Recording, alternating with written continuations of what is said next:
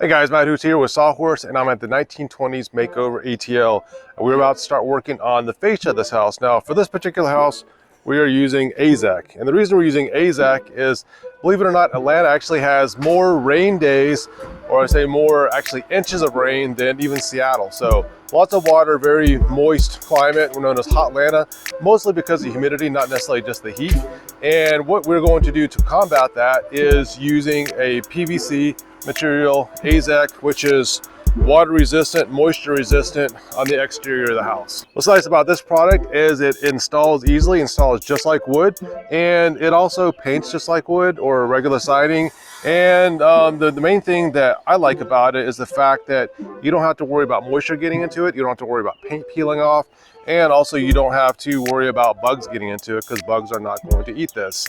Not only in the south do we have to worry about all the moisture, but like when moisture gets into the wood, a lot of insects try to go into it. We've got carpenter bees and lots of other critters that get into it. So I want to talk about how to use AZEK in a way that's for a passive house. Now, if you notice, we have a ventilated rain screen all on the back. You can see the furring strips. So what we've got here on the side right here, we've got two pieces.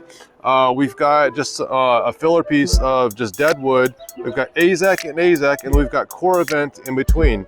So this Coravent, what it does is it's got this bug screen at the bottom and allows the air to move in between these two pieces and also help get air to the roof. Now we've got the furring strips on the roof as well, and that way we've got continuous airflow throughout. Now with this Coravent, we've got the SV3, which is a 3-inch piece, and then we have these other pieces. We're actually going to cut these into smaller pieces to allow air to move through them, because these, if you notice, has the ventilation. This is more for like a vertical application, but we did not have the 5-inch Coravent. Would have been too thick, so I needed something that was like 1/2 inch or 3/8 or less. So that's why we chose to go with this particular design. So let's take a look at the guys real quick, see what they're doing. They're actually on the 5/4 by 6 piece. What they're doing is that they're pre-installing this. That way when they're up in the air trying to nail in place, they're not worried about having to nail the Coravent in place, then nailing the siding on top of that.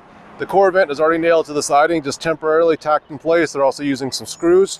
And then we're going to use the siding nails to go all the way through this into the wood. So let's really quickly talk about the proper way to install this, because I know a lot of people, they say, hey, you know, you like a lot of the siding is not necessarily staying in my house properly. And a lot of the times that you have issues with siding, fascia, cornice popping off is because improper nail pattern. So let's go over some of the nails that we need to use, and also how the instruction manual says to install this. The first thing that you need to be aware of is the fastener. Now we're using siding nails. Now, if you look at a framing nail, it's got a thick shaft, it's a little bit, it's the proper length that we need. It does have the round head, which is recommended because it can grip the material, holds it to the wood. However, I'm not going to use this because this is a little bit too thick. So we're going to look at a siding nail. Now these siding nails right here are a little bit better example. These are a coil nail that goes into a nail gun. It's got the round heads, however, these are not long enough. So we're actually going to the store real quick, getting some nails for the guys so they have the proper nail. And also I'm going to see if I can find a ring shank nail. That way we can grab the material and also grab into the wood when we nail it up. And if there's any temperature changes, humidity changes, anything that's going to have these materials moving a little bit, the nail is going to have a nice grip into the material and also go into the wood.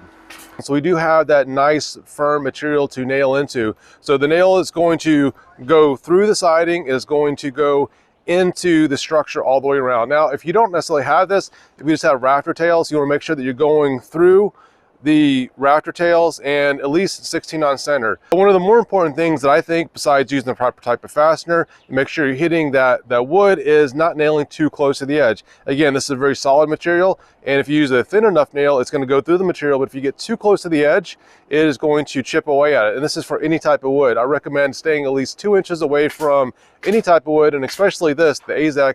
The recommendations is from the ends of the pieces, stay away 2 inch. If you're doing a joint, stay 2 inches away from the edge, and also on the top and the bottom, stay 2 inches away. Again, we're in Hot Atlanta. Materials do like to move around a lot. So with any material, if you're looking at Hardy, if you're looking at AZEK, each of these manufacturers, what they recommend is leaving an 1/8 inch or sometimes more inch joint in between the material. So what we're going to do on this particular house is we're going to glue all the outside corners So we've got some AZEK adhesive. Now, if you're trying to use regular plumber's adhesive, I was told by like one of my workers that that doesn't work very well. So you definitely want to go with the AZEK brand of stuff. And just in case, we also have some AZEK glue, and we're going to be using this on any of the joints that we have to put together to make sure that this, if there's any movement on the joints, that it doesn't separate, it doesn't open on the end. So on the outside corners, you can see this outside corner right above me, we're going to glue that joint. Now, it's recommending that you leave an 1/8 inch gap every 18 feet. And actually, we're gonna wait till we get 18 feet above the edge of this corner, probably somewhere around here. And that's where we're gonna leave that 1/8 inch gap. I'm gonna caulk it with an elastomeric caulk, but I don't want that 1/8 inch gap, and I don't want the outside corners opening. So whether it's on the inside of the house or the outside of the house, I always recommend fastening with the proper type of fastener, but also either using an exterior glue for the proper, in this case it's for AZEK, but on the inside of a house, we always recommend any outside corners, we glue those corners as well if you're not using a biscuit joint or something like that. One of the other things that AZEK recommends is basically mitering all the joints, whether it's an outside corner, mitering that joint, whether it's a scarf cut, mitering that joint. And the reason is they don't want any butt joints. And with those buttress joints, you basically only have so much surface area. When you put a miter on it, it gets a little bit stronger, and also you have more surface area that you can glue, and it's going to hold a lot better. Our recommendation is using a miter joint. That way, if you have an outside corner or if you're trying to join two pieces of material, you've got better bonding because you have more surface area that you can glue to. This is just the first of several videos that we're going to be showing on the siding installation, fascia installation, and deck installation with AZEK. Thanks again for watching this video, and I want to thank all of the project partners on the 1920s house that have made this project possible. Now, I've got a link in the description below of all the people that have helped us on this house, and lots of great vendors like AZEK that have helped us with the details to make sure that we are installing things correctly and also conveying the correct message to you. Now, if you're wondering where I am right now, this is not actually one of our projects, this is our showroom. Our design team has designed this wonderful showroom. Behind me, we're going to stick a live kitchen where we're going to be showing off more finishes, more materials, and you've probably seen lots of videos in here before, but it's never looked like this. Also on our homepage, you can find a link to our shop, and I've got a link in the description below for that as well. So what we've done is we've created a page where we've got everything listed as if it's a shop. Now, we aren't actually selling anything on that. These are just links to other people's pages where you can purchase these, and we've got it all conveniently in one place. Instead of us adding links to each video, you find everything that is on our YouTube channel on one page. Give us about a month or so to complete it. We've got about 7 or 8 products on there. We're gonna have hundreds very soon, with links to where you can purchase these products. All in one convenient place. Hey, thanks everyone for supporting this channel.